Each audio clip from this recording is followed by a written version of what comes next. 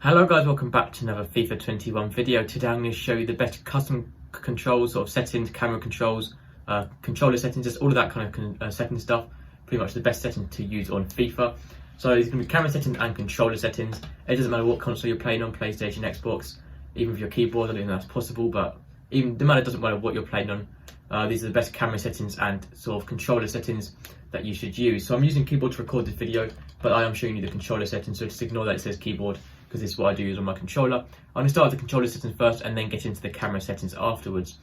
So obviously FIFA trainer, you want that off, you want that to be on hidden. Timed finishing, you want to be on off. You can use on, but it is much harder to score goals really. It does mean that when you green time it, it's more likely to go in, but when you do red time, if you're sort of spamming the button trying to shoot, you can very often red time it more than you'll green time it. I don't recommend using that on, you do want that to be off. These are sort of pro player sort of controller settings and camera settings. That's why I'm showing you these. These are what pro players use. It is what Tex uses as well, and it is what I personally use in my game as well, so they do work very well. The next player switch indicator, you obviously want that on so you can see who you're going to switch to next. That's quite important. Pass block assistance, you want that on. Auto switching. Now for this one, you do not want to have it on auto. That means it will switch to whatever player sort of automatically. But you do want air balls and loose balls. If it's on manual, it is very hard to get to the right player when you do sort of playing air balls from your keeper and also loose balls when they have loose balls into the box and stuff like that. It will often not be able to switch to the right player in time. You do want to have air balls and loose balls. That is quite important, but you do not want to use auto. The auto switching move assistant, you just want that on off. Jockey, you want to be assisted. That does sort of help. It doesn't mean that's going to jockey completely for you, but it just sort of helps manage the speed a bit more when you're jockeying and can just make it easy to defend with. You want as much help as possible really on this game. Also flare pass, this has to be off. This is quite important. That is when you hold LT, or I think it's L2 on PlayStation, and then you do a pass. It's a sort of like a skill move pass. You do not want that on, because when it does that automatically, it can really mess up your attack sometimes. If it just does it for no reason, you lose the ball. Auto clearances, you want that on. That can be quite important. It doesn't happen very often, but when it does happen, it is worth it.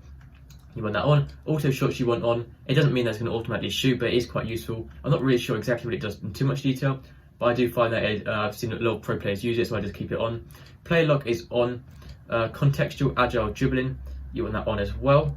Assisted headers, you want on. That is very important. That's one of the main ones, because headers are very, very hard to get on target manually, so you want that on. Almost guaranteed you're going to score headers a lot easier and a lot more accurately. Right stick switching, you do want player relative.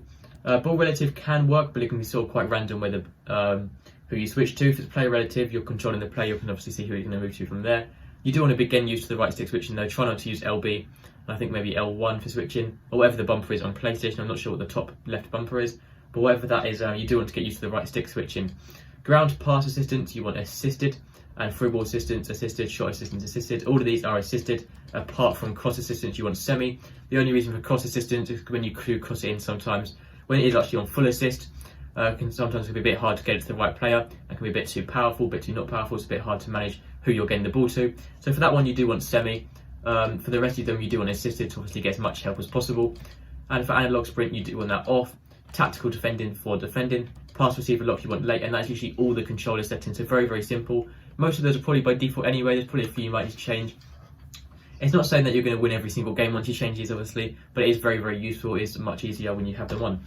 I'm now going to show you the camera settings. These are my personal camera settings I have used throughout the entire FIFA, and I really, really do think they help a lot.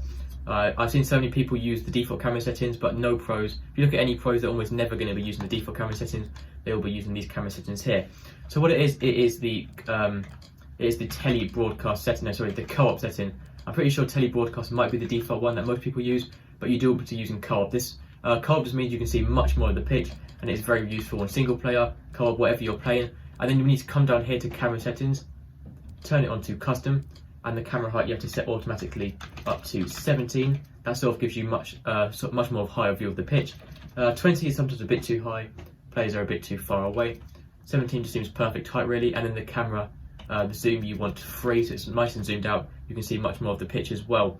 So that is it for pretty much every camera settings. It's very, very simple, all the controller settings and camera settings. That is going to be everything for this video.